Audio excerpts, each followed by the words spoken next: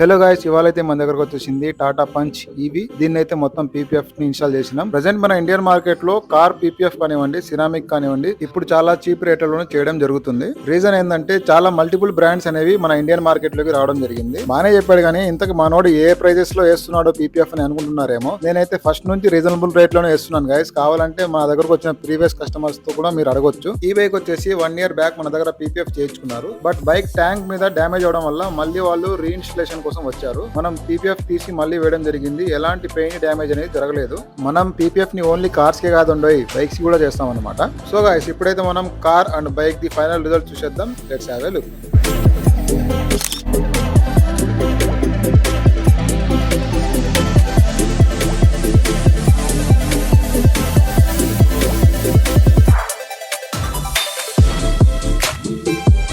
For more details, contact me on this number.